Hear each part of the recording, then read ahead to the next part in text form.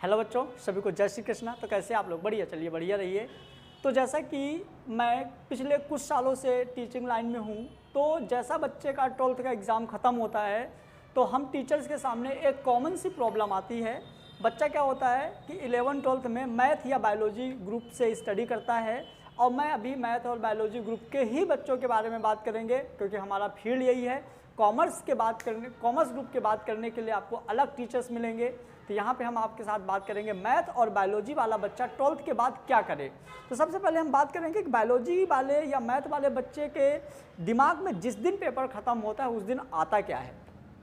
तो ये हमारा जो कैरियर काउंसलिंग है स्पेशल फॉर 12th स्टूडेंट। जो 12th में मैथ और बायो वाला बच्चा है उसके लिए एक स्पेशल कैरियर काउंसलिंग है, जिसका आज एक छोटा सा डेमो होगा। इसका डिटेल सेशन मैं 1 अप्रैल को आप लोगों के साथ डिस्कस करूंगा। आज हम बेसिक से बातें करते हैं जो बच्चों के मन में आता है। जैसे बच्चा एग्ज़ाम दे के अपने घर पहुंचता है तो सबसे पहले इतना ज़्यादा एक्साइटमेंट होता है, उसको कुछ समझ में नहीं आता कि करे क्या। लेकिन जैसे बच्चा रात में सोता है, सुबह उठता है तो उसके दिमाग में आता है, जो बच्चा समझदार होता है कि अब क्या करें, तो दिमाग में सबसे पहले उसके आता है कि अब क्या करें। बच्चे के दिमाग में आता है अब क्या करें।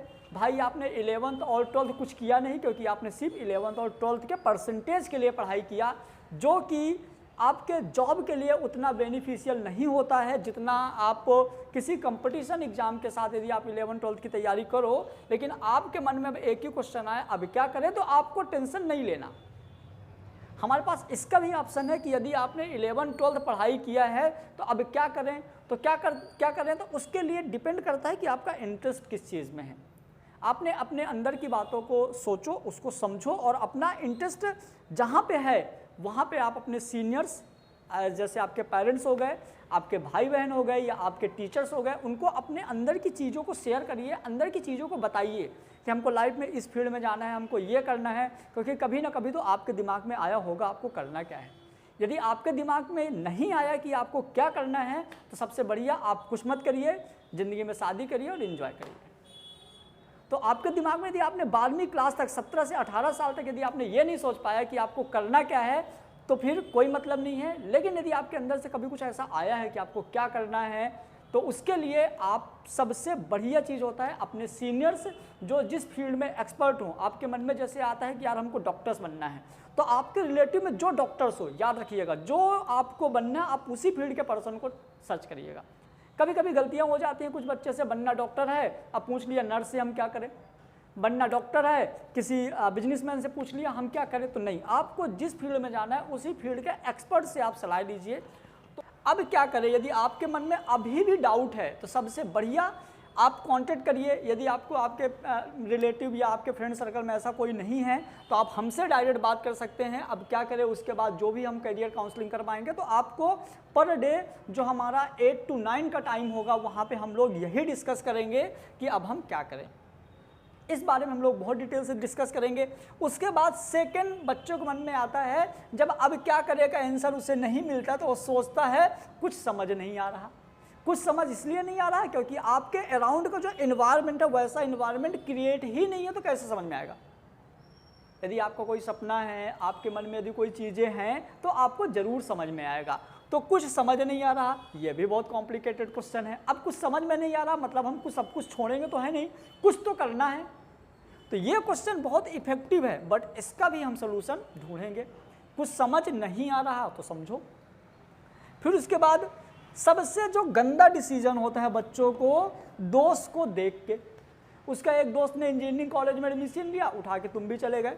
एक दोस्त ने बी फार्मेसी किया, तुम भी चले गए। एक दोस्त ने नर्सिंग में एडमिशन लिया, तुम भी चले गए। नहीं, ये वाला आप लोग जिंदगी में कभी मत करना।